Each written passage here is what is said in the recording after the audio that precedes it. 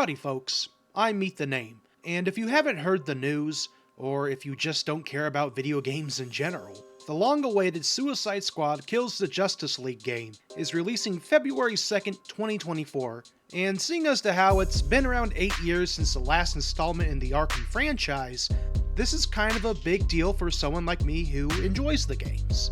Now obviously I haven't played the new game since it hasn't been released yet, so I can't give much of an opinion on it, but overall what I've seen so far with various trailers is There are some gripes that I have with the live service aspect of it, but I figure that instead of making some sort of dorky rant video, I'd instead go back in time a bit.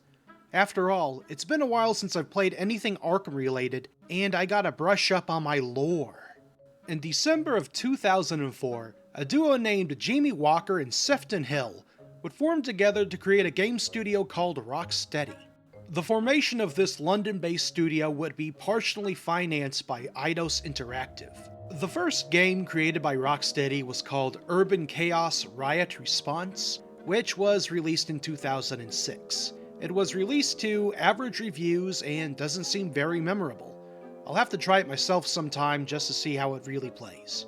In the spring of 2007, Eidos would acquire the video game rights to the Batman franchise. Eidos brought forth the proposition that Rocksteady should create a Batman game after viewing a prototype they had already made. And in May of 2007, Rocksteady was given the green light to develop on the concept and begin full production in September of 2007. Basically, things were moving really quick. In a span of a little less than 2 years, the game would be finished. Batman Arkham Asylum would release August 25th, 2009. The initial response was an overwhelming critical success, with 9 out of 10 ratings across the board from various reviewers. Within the first 3 weeks of its release, the game would sell up to 2.5 million copies. This would be the start to not only establishing one of the most widely known and celebrated video game trilogies in recent memory, but it would also be the start of Rocksteady's rise to success and notoriety. Today, I will tell you how Batman began. Or begins. I was doing a little joke there, you know, like the movie. Okay, so if you haven't read the title of the video, this is going to be a review on Batman Arkham Asylum.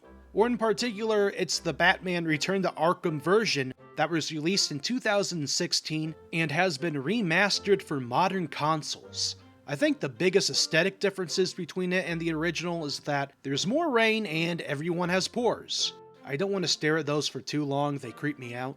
So first up, let's discuss the story a bit. For this story examination, I'll try to be as relatively spoiler-free as possible for a game that's about 14 years old. You know, in case the zygotes in the room get interested in playing it. I will have a more spoilery section come up later towards the end, where I gripe about a few things. So, the basic plot is that Batman, after thwarting another one of the Joker's dastardly schemes, takes a deranged clown to Arkham Asylum.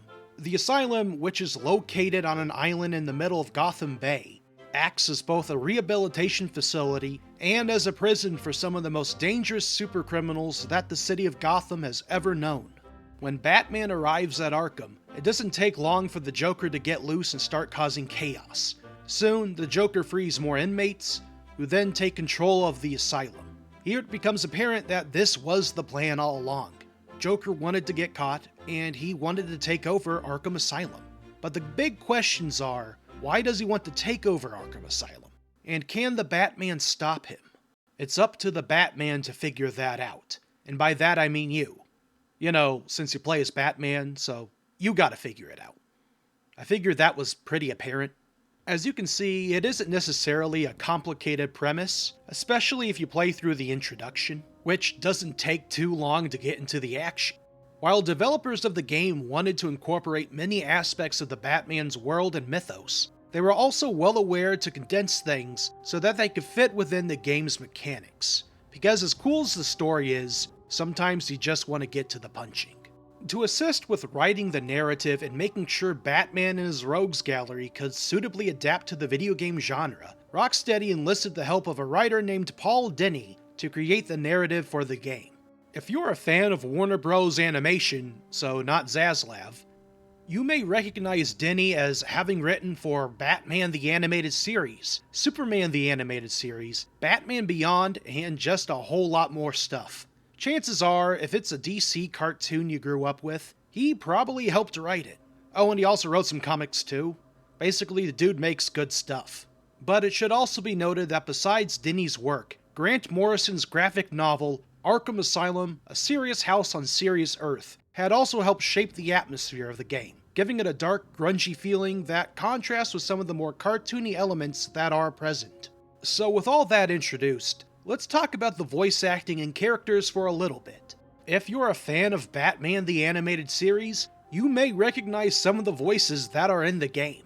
Rocksteady had managed to bring in Kevin Conroy, Mark Hamill, and Arlene Sorkin to voice the respective characters from the cartoon for Arkham Asylum.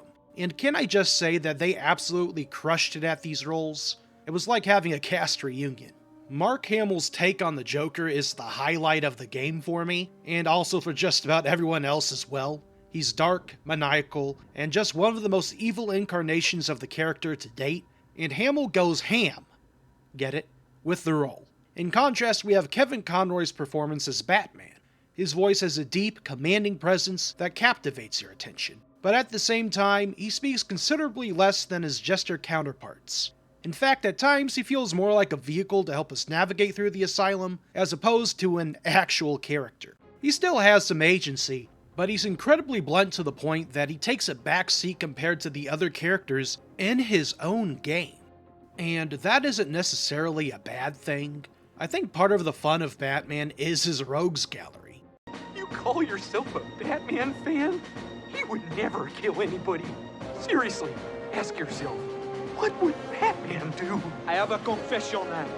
I only like the Batman because he has the best villains. He has some of the most recognizable villains in comic book history, and each one is an absolute treat to meet.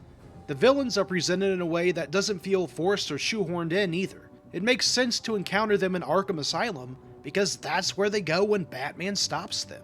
I should also mention that there isn't much depth to most folks in this game. Of course, it goes a bit into Batman's psychology and the Joker's plans, but overall, most good guys want to do good, and all the villains are just angry at Batman and want him dead. It wouldn't be until Arkham City where we got motivations that were more than just a puddle deep, but what we get in Asylum works for the game that it is, and the voice acting just elevates it to another level.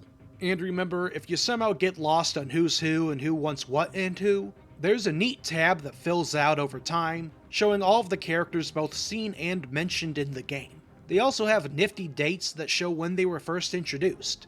It's a fun detail that I wish Spider-Man 2 had. Arkham Chads stay winning. But as cool as the story and characters are, what about the stuff that isn't for nerds? Let's get into the punching. At first glance, Batman's combat system looks to be more brawler-based. You kick and punch dudes. But in reality, it acts more like a rhythm game. You have to carefully space each hit you dish out, as missing an attack or getting hit can interrupt and end your combo meter. The combo meter encourages players to pay close attention to the battle, to both strategize while also actively engaging in combat so as to not lose your combo. Building up your combo can have positive effects like new moves that only activate when your combo is high enough, and it also increases your damage. Alongside that, the player has a special parry move that they can use when blue lines appear above an enemy's head. It's especially useful when you're turning a guy into paste and you got a dude trying to attack from behind. Then there's a special cowl attack you can use that momentarily stuns enemies. There are certain types of opponents that you need to use this move against. Otherwise, you'll be cut into little bat shreds. Or batfetti. I'm not good at bat naming conventions. I'm pretty bat at it.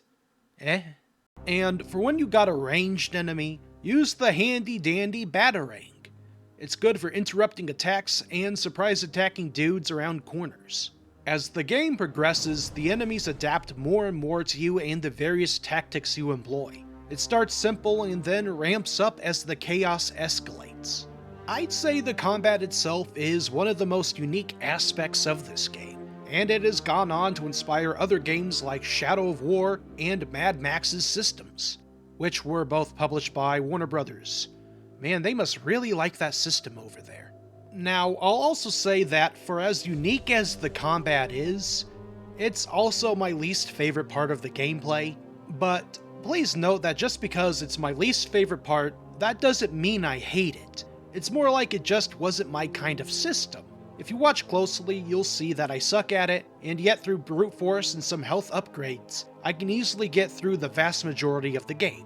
But also know that there is a sharp difficulty spike near the end that took me several attempts. Again, this was also probably due to me sucking at the game, as opposed to it being the game's fault.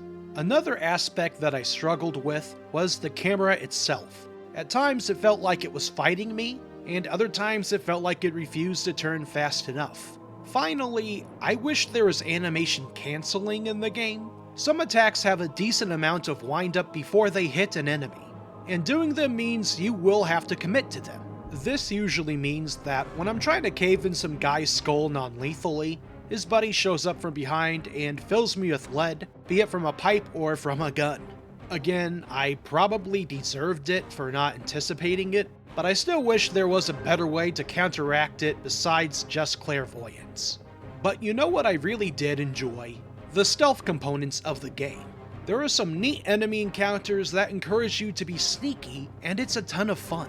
Picking dudes off one by one and watching as those that remain begin to panic is a real treat. Man, I sound like a psychopath. And just like the game's combat, the stealth ramps up in difficulty too, and eventually as a player, you must confront your biggest fear, enemies that can actually look up.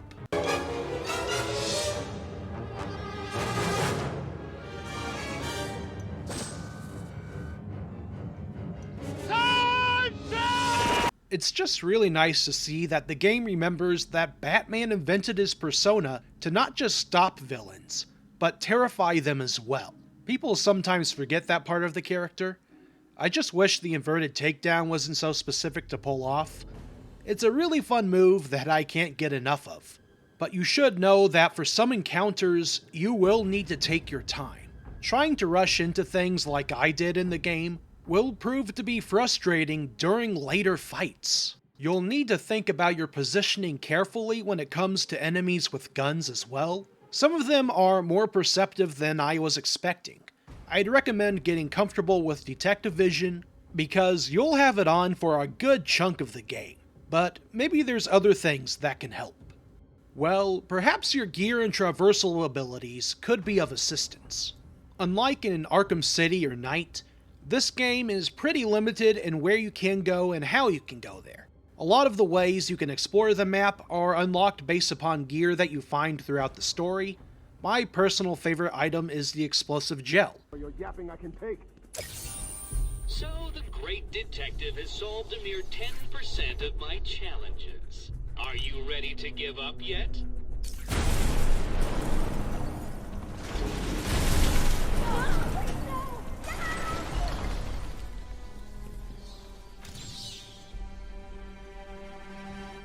It makes things explode real good. Then you have grapple hooks, line guns, crypto sequencer thingies, and even good old-fashioned brute force. I should mention that most of your gear is useless in combat. While there are some that you can use, it's honestly a lot easier to just punch and throw the occasional battering. But man, when I find a chance to use the explosive gel, I'll take it every time.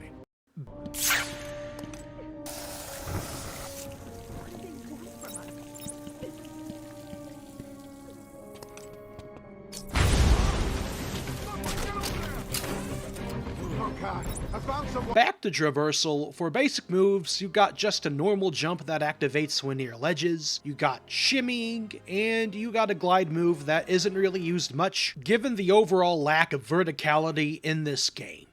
If you've played the other games before, this one's definitely gonna feel clunky, and the same also goes for the aforementioned combat as well. In a way, it serves as more of a prototype for what later entries would refine, but it's still enjoyable. Finally, let's talk about some miscellaneous things with the gameplay. Throughout the game, you'll have puzzles that will rely upon Batman's detective skills, and they are pretty bare bones. Usually just scan something and then follow it, which is a fun novelty at first. Besides following trails, you can also be a little peeping Bruce and see everyone's skeletons. But this ability also spoils the surprise for some encounters. Not to mention it also takes away what limited color there already is in the environment. This would also be another gameplay mechanic that other games would eventually borrow. But there are also neat collectibles that you can find with your detective vision. Throughout the game there are Riddler trophies, which would become more infamous once you reach City. And for the most part, they are pretty easy to find. And if they prove too difficult, you'll usually find a map for each area of the asylum that points you towards them. I hope you like listening to Wally Wingert's portrayal of the Riddler. You are performing just below my predicted expectations. At this rate, you'll never beat me. Because you'll be hearing him a lot. By the way, this isn't a complaint about his performance, I really like the work that he did in the game.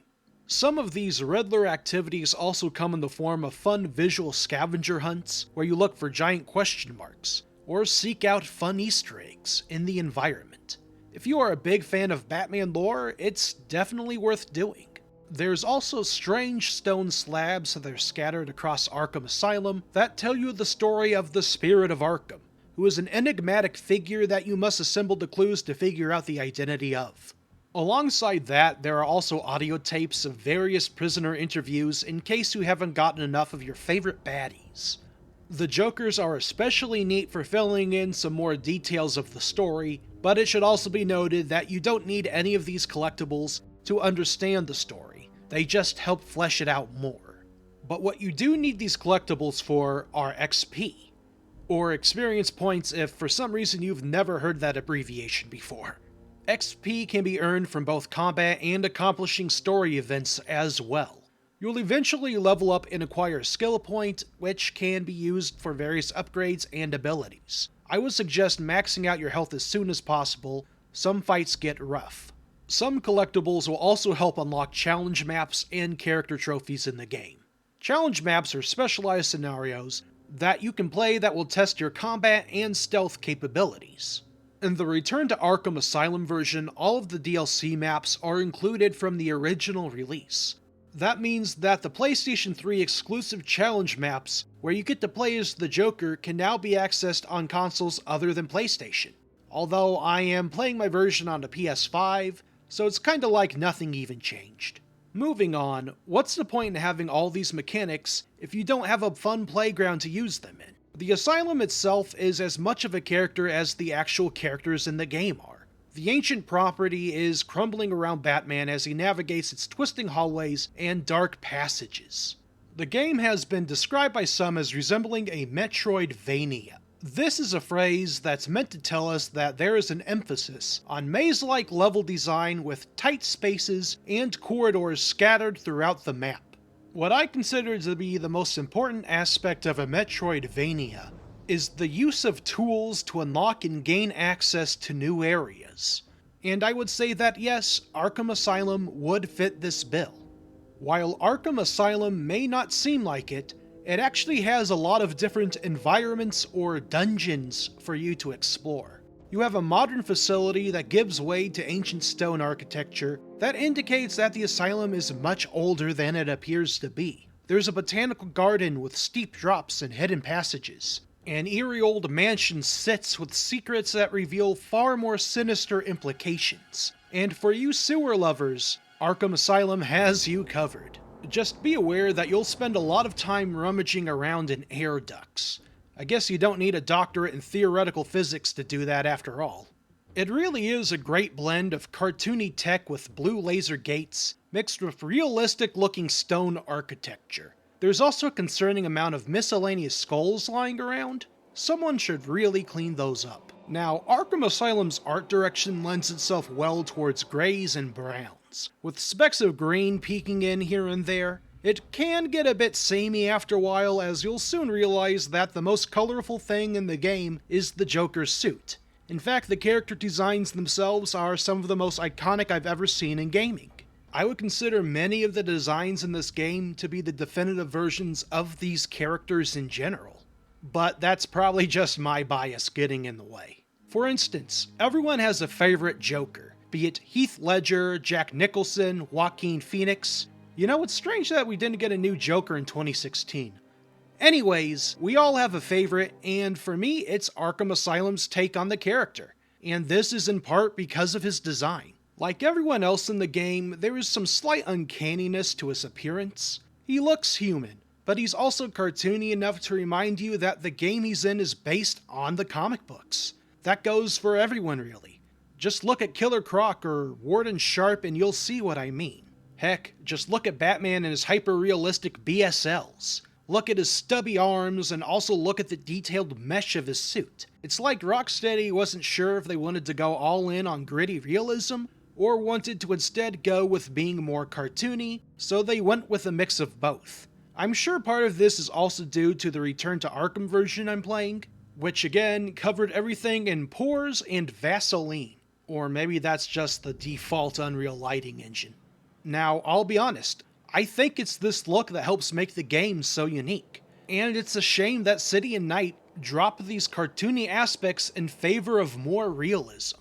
I mean, don't get me wrong, Arkham Knight is a great looking game, but I feel like it lost some of the charm that Asylum had by going completely towards the grit.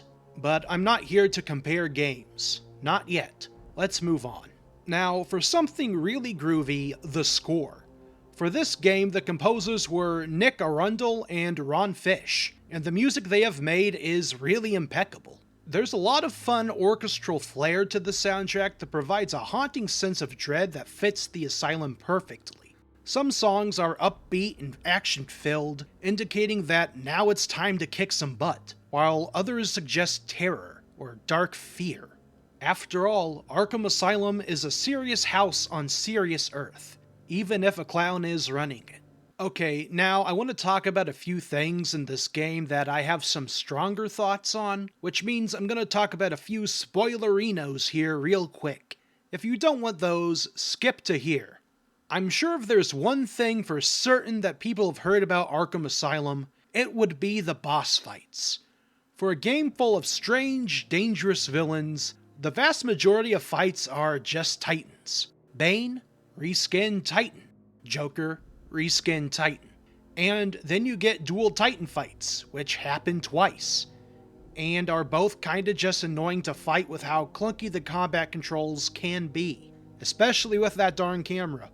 And then you have Poison Ivy, who I thought was the hardest boss. And not because she herself was challenging, but because the perspective I was in made it difficult to see just how big her vine attack was gonna be.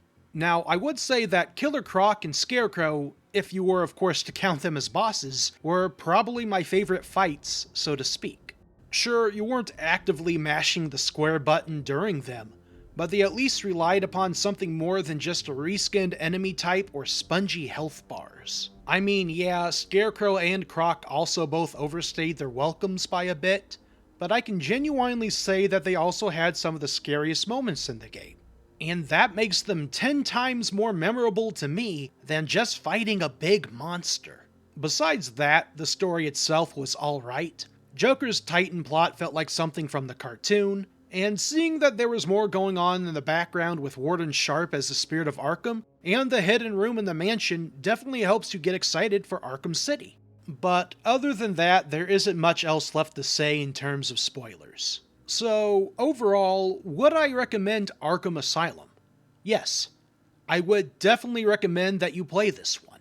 Narratively, it has things that will tie into the later games, and it's really neat to play this game and then move on to Arkham City to see just how much they improved upon it in only 2 years. Man, I'm kinda worried about crunch over at Rocksteady now that I think about it. Maybe that's why Suicide Squad took 7 years to make. But I'll also recommend Arkham Asylum even if it's the only Batman game you'll ever consider playing.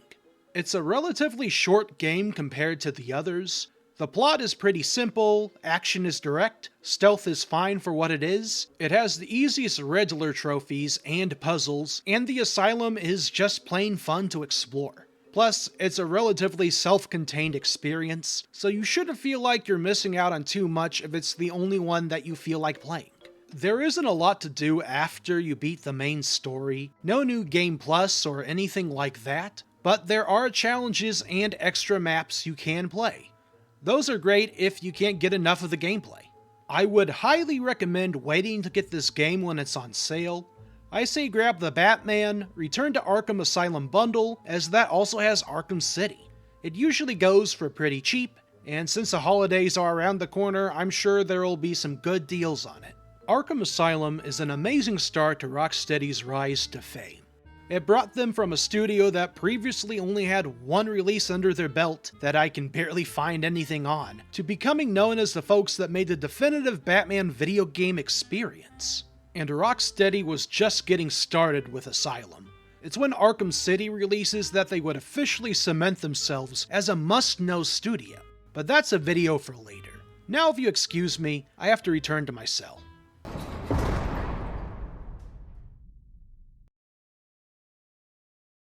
Woo!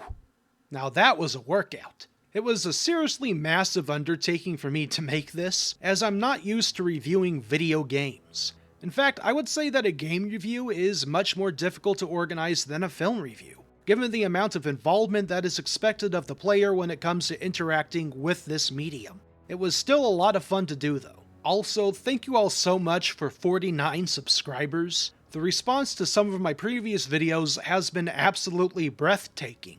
If you liked this video, feel free to like, comment, and add on to that subscriber count. Every new subscriber helps. Be sure to say hi in the comments below. With that said, thank you all so much for watching this video. I hope you all have a wonderful day.